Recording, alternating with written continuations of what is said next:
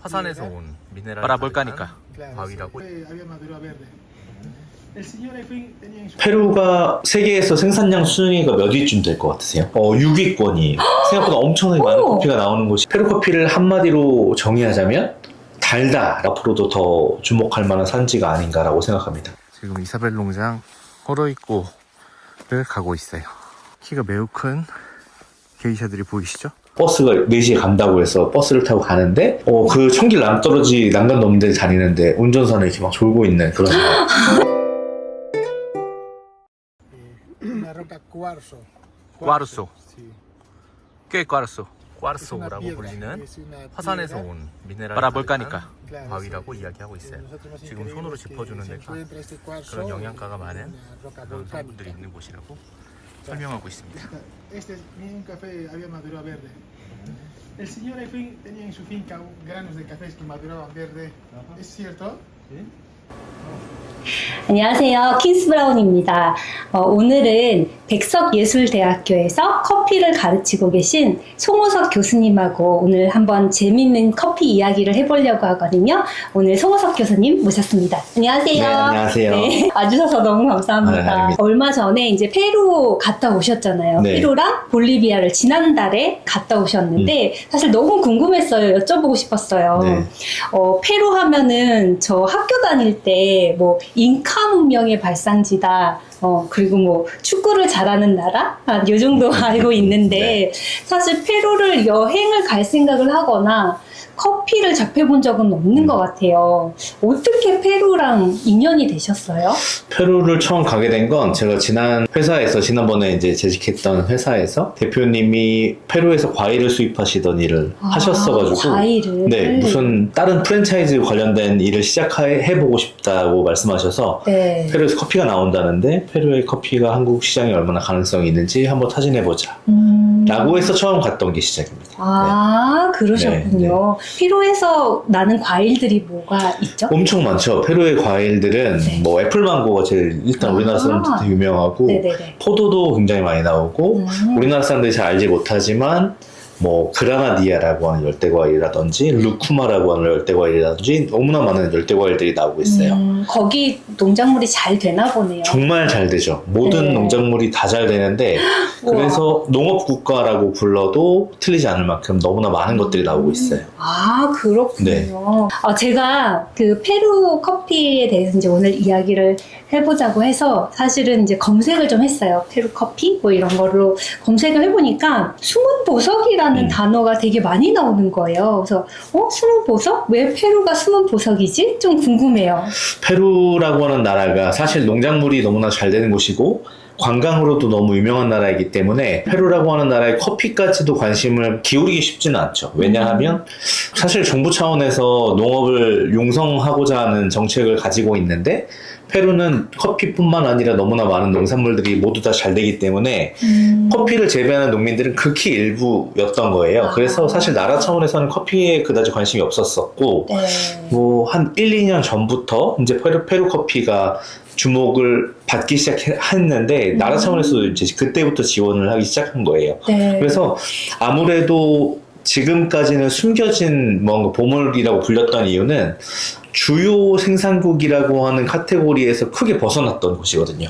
근데 우리나라 사람들은 그 주요 생산국이라고 하는 거 너무 중요하게 생각하고 네. 그거 이외의 국가의 커피를 시도하는 게 너무나 큰 장벽을 넘는 것 같은 느낌이 네. 있지 않았나 싶습니다. 네. 전 세계에서 좀 주목받기 시작한 건가요? 사실 그건 아니고 그건 아니에요? 페루가 세계에서 생산량 순위가 몇 위쯤 될 것 같으세요?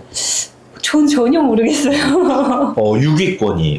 생각보다 엄청나게 많은 커피가 나오는 곳이어서 네. 페루 커피는 뭐 전 세계적으로 봤을 때는 미국에서는 너무나 오래전부터 써오던 커피이고 전 세계에서 두 번째로 많은 양의 유기농 커피가 나오는 곳이기도 하고 유럽에서도 굉장히 많은 양이 수입되고 있는 상황이고 아마도 페루 커피를 안 드셔보셨다고 하더라도 드셔보셨을 가능성이 매우 높습니다. 왜냐하면 우리가 마셨던 맥심에 페루 커피가 브라질 커피보다 많이 들어있었거든요. 그래서 아마 뭐 어떤 맛이 페루였는지는 모르실 수 있어도 네. 페루 커피를 한 번쯤 드셔보지 않았나라고 생각합니다. 그러면 교수님께서 페루에 가셔서 커피를 접해보셨을 때 이게 진짜 매력이다. 그런 네. 게 있으셨나요? 그거 제일 많이 받는 질문 중에 하나인데 네. 페루 커피를 한마디로 정의하자면 달다라고 하는 말씀을 드리고 달다. 싶어요. 근데 이 달다라고 하는 말이 많은 걸 포함하고 있는데 이 단맛이 인위적으로 뭐 커피 체리의 과육에서 오는 단맛일 수도 있고 혹은 뭐 다른 곳에서 기인한 단맛일 수도 있는데 그 페루 커피가 갖고 있는 단맛은 기본적으로 때루아에서 기인한 단맛이라고 보여지기 때문에 앞으로 더 포텐셜이 있다고 볼 수 있지 않나라고 생각하고 있어요. 그래서 뭐 토양의 기운이 일단 세기 때문에 그러니까 영양가가 높기 때문에 거기에서 기인한 단맛 때문에 단맛을 기반으로 어떤 품종의 영양으로 어떤 향미가 쌓이는지에 따라서 다양한 색깔들을 보여주기 때문에 아무래도 앞으로도 더 주목할 만한 산지가 아닌가라고 생각합니다. 그럼 페루도 커피가 잘 자랄 수 있는 그런 나라인가요? 네, 아무래도 페루라고 하는 나라의 기본적인 조건들을 살펴봤을 때 우리가 커피책에서 볼 수 있는 다양한 기후 조건들을 모두 다 만족한다라고 보여져요. 왜냐하면 일단 높은 해발고도의 지역에서 나오는 커피가 맛있다라고 하는데 네. 뭐 페루는 뭐 어디 좀 높다 하면 1800m부터 시작이기 때문에 네. 1800m라고 하는 해발고도를 바탕으로 굉장히 서늘한 날씨라든지 일교차가 매우 크다든지 혹은 뭐 토양의 비옥도 아까 잠깐 말씀드렸는데 그런 거라든지 새롭게 식재된 품종들이 그 땅에 적응해서 나오는 여러 가지 퍼포먼스들이 뭐 한 해 한 해 거듭될수록 더 많은 것들을 보여주고 있기 때문에 아무래도 앞으로도 조금 더 살펴보아야 할 산지가 아닐까 싶습니다. 벌써 세계적으로 한 6위 정도 해당하는 그런 커피 생산량 국가라고 한다면 이미 많은 나라에 수출을 하고 있을 거고 그러면은 좀 공급도 안정적으로 받을 수 있겠네요. 네, 매우 안정적으로 받을 수는 있는데 뭐 어느 나라의 경우도 마찬가지겠지만 페루 같은 경우는 대규모 플랜테이션 농업을 하는 게 아니라 대부분 다 1헥타 정도의 규모의 농장들이 산지에 있는 방식이기 때문에 사실 해당 마이크로라시라고 불리는 그런 개념의 커피들을 사오는 건 가능하지만 어떤 조합을 통해서 여러 생산자들의 커피를 혼합하는 사례가 훨씬 더 많거든요. 네. 그래서 그런 커피들을 안정적으로 수입을 한다라고 했을 때 매년 똑같은 맛이 난다라고 하는 게 가능할 수도 있고 가능하지 않을 수도 있습니다. 그래서 그거는 매해 체크를 해봐야 되는 부분이라고 생각합니다. 네. 그러면 이번에 페루 가실 때 볼리비아도 같이 가셨잖아요. 네. 여기는 볼리비아입니다. 지금 이사벨 농장 호로이코를 가고 있어요. 지금 엄청 습한 날씨이고 비가 오다가 햇빛이 났다가 계속 반복되고 있는 복잡한 기후입니다. 네, 새롭게 게이샤를 심어 놓은 그런 곳에 보여주러 왔어요. 여기 보시면 얘네들 이제 새롭게 심어 놓은 게이샤들이 중간중간에 있습니다. 굉장히 쌀쌀한 기후에 늘 예측이 될 수 없는 그런 기후 속에 살고 있는 곳입니다. 여기 보시면 키가 매우 큰 게이샤들이 보이시죠? 네, 여기입니다.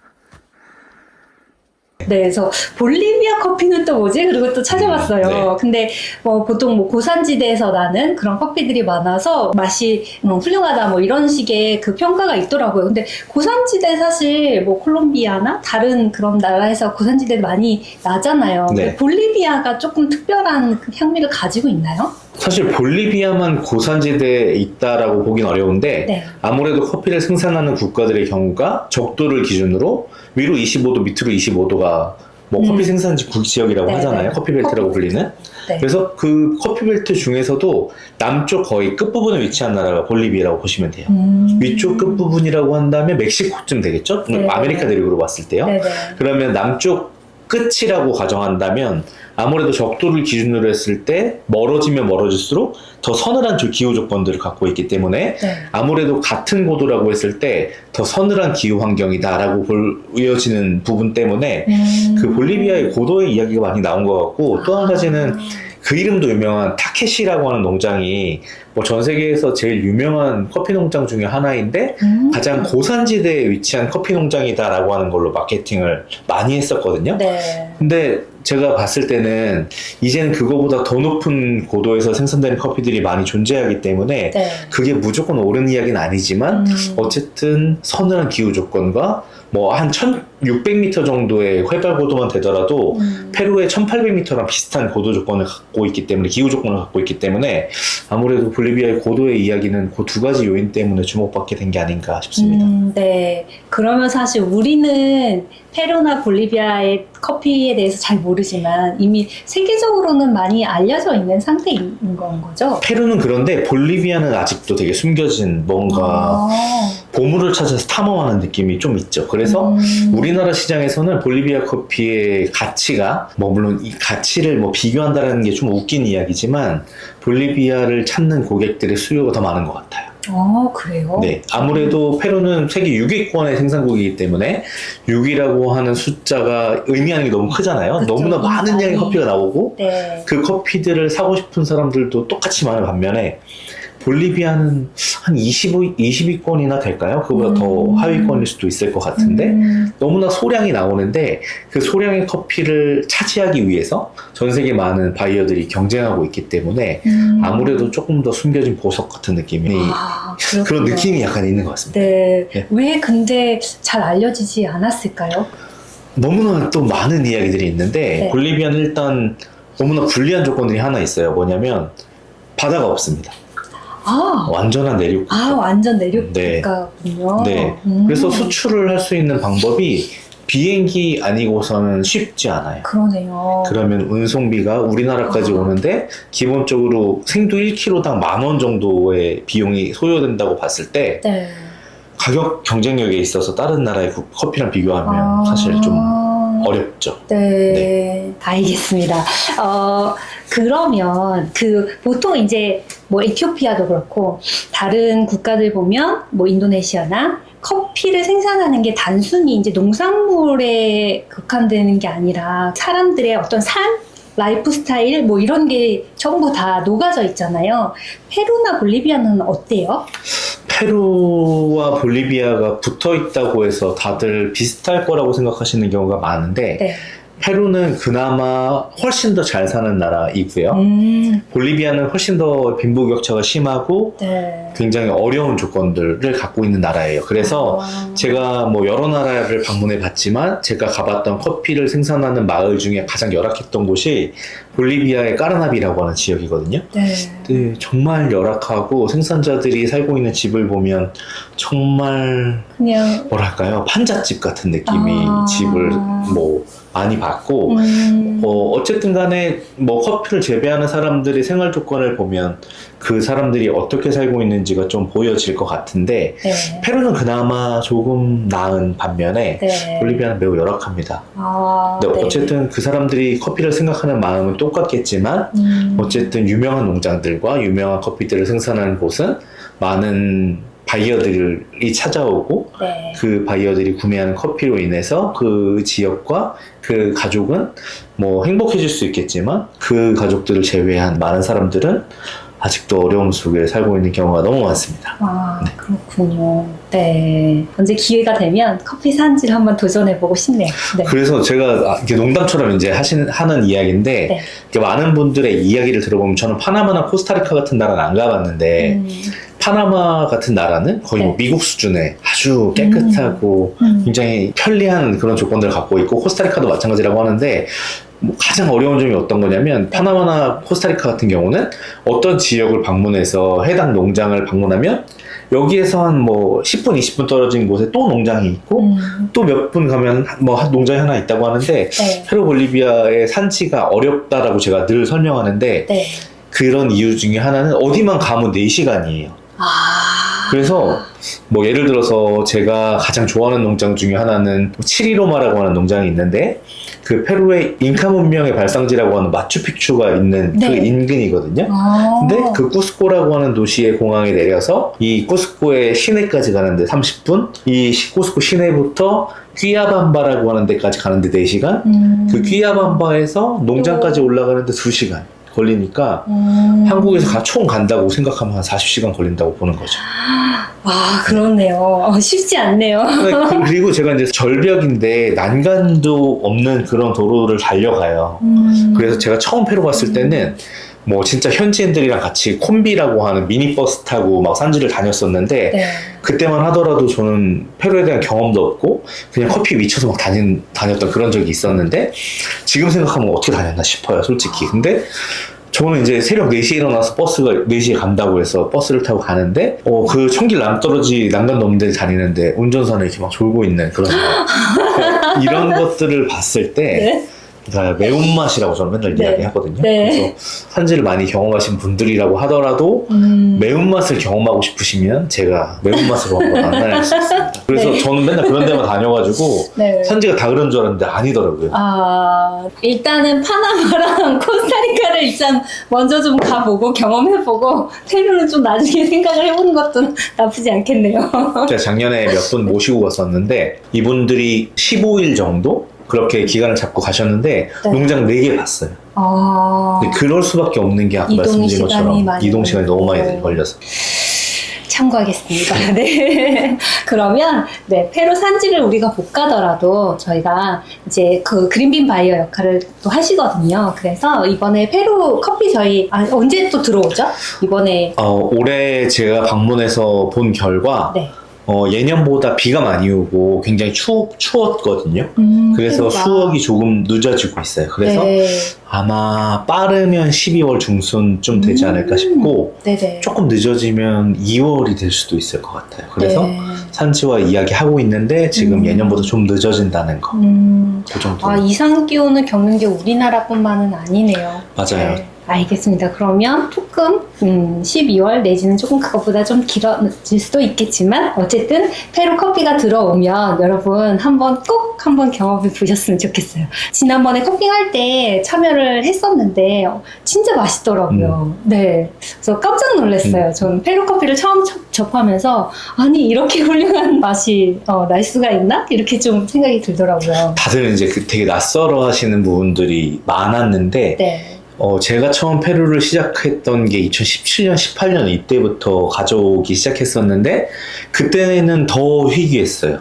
우리나라에 들어오는 페루 커피가 거의 없었기 때문에 네. 그때부터 시작됐었는데 지금은 수입하는 회사들이 너무너무나 많아졌고 근데 그걸로 인해서 시장이 넓어졌다라고 하는 의미도 있겠지만 네. 그만큼 경쟁이 치열해지고 가져오는 커피가 어떤 거냐에 따라서 사람들의 이목이 집중되기 마련이잖아요. 네.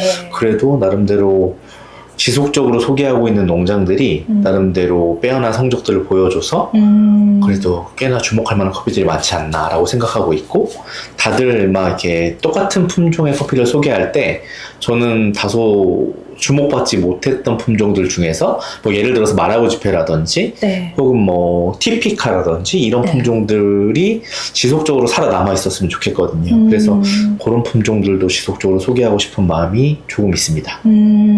그러면 거의 우리나라에서는 페루를 알지 못하다가 교수님께서 어떻게 보면은 선구자 역할을 좀 하신 거네요. 페루 커피를 좀 소개하고 많은 사람들한테 알려줘서. 뭐 여러 사람들의 의견이 있을 수 있는데 저보다 먼저 하신 분들이 있을 수 있겠죠. 근데 매년 산지를 찾아가거나 혹은 뭐 농부들을 만나러 가거나 그런 경우는 별로 없는 거라고 알고 있거든요. 네. 근데 저는 개인적으로 농부를 만나는 게 너무 중요하다고 생각해서 매년 산지를 찾아가는 이유는 사람들을 만나고 뭐 물론 스페인어가 유창해서 그들과 격없는 모든 대화를 나눌 수 있는 게 아니라 네. 뭐 할 수 있는 말만 할 수 있고 혹은 뭐 되게 생존 스페인어를 통해서 그들과 소통하지만 그 사람들이랑 같이 일하고 같이 이야기하고 같은 거 먹고 같이 자는 그런 모든 것들이 그냥 파트너 관계라고 하는 걸 뛰어넘어서 가족이 되고 친구가 되고 그래서 올해 어떤 이슈가 있으면 이 친구한테 먼저 알려주고 이런 관계가 되는 게 중요하다고 생각하고 어쨌든 간에 서스테이너블이라고 하는 관점이 너무 중요하다고 보거든요. 네. 그래서 지속적으로 교류를 하는 게 너무나 중요하지 않나 생각합니다. 네. 그러면 이번에 가셨을 때 페루 농장은 좀 어땠는지 이야기 좀 해주세요. 네, 이번에 방문했던 페루의 농장들은 크게 3군데 정도의 농장을 방문했고 남부 지역에 있는 농장들을 방문했어요. 근데 제가 방문하는 시점이 주로 7월 말 정도부터 8월달 사이에 항상 가는데 이때 농장을 방문하는 이유는 이 사람들이 수확을 하는 시즌이거든요. 근데 바이어의 관점에서 농장을 방문할 때 사실 수확이 다 끝나고 커피가 완성되는 뭐 11월 정도에 10월 11월 정도에 방문을 하면 훨씬 더 많은 커피를 맛보고 구매하는 데는 이점을 가질 수 있거든요. 근데 네. 제가 7월 말 8월에 가는 이유는 이 사람들이랑 같이 프로세싱을 하기 위해서 가는 거거든요. 그래서 아무래도 제가 가는 시점에서 좋은 커피를 선점한다는 느낌도 있지만 그 프로세싱을 같이 하기 위해서 가는 건데, 제가 제일 좋아하는 페루의 농장 중에 하나가 치리로마라고 하는 농장이 있어요. 네. 근데 이 농장은 에드윈이라고 하는 친구가 커피를 만들고 있었던 농장인데, 있었던이라고 말하는 이유는 이 친구가 작년에 갑자기 심장마비로 죽었거든요. 그래서 이 친구는 지금 세상에 없고 네. 뭐 이 와이프가 농장을 이어서 하고 있는데, 네. 제가 이 농장을 알게 된 건 2018년도에 페루에 갔을 때 이 에드윈이라고 하는 친구가 커핑하는 자리에서 우리를 리드하는 역할, 도와주는 역할을 했었는데 그게 끝나고 나서도 연락을 계속 하다가 우리 농장, 나도 농장이 있는데 너 한번 우리 농장에 와볼래? 라고 해서 2019년도 1월 달에 그 농장에 처음 방문했어요. 네. 근데 그 농장에 처음 방문했을 때 제가 그 농장에 간 외부인으로서는 처음이에요. 그래서 이게 뭐 현지인들도 안 가봤던 농장이고, 네. 이 친구가 가지고 있었던 농장이 너무나 숨겨진 곳에 있었기 때문에 갈 때만 하더라도 길이 없었던 그런 곳이거든요. 근데 이 친구랑 지속적으로 교류를 하면서 매년 방문하게 됐고, 저한테는 해마다 방문하게 되는 농장이었기 때문에 나름대로 애정도 있고, 그래서 이 친구가 갖고 온 농장들에서 만들어진 커피들이 뭐 컵 오브 엑설런스에서도 좋은 결과들을 많이 보여줬었는데, 네.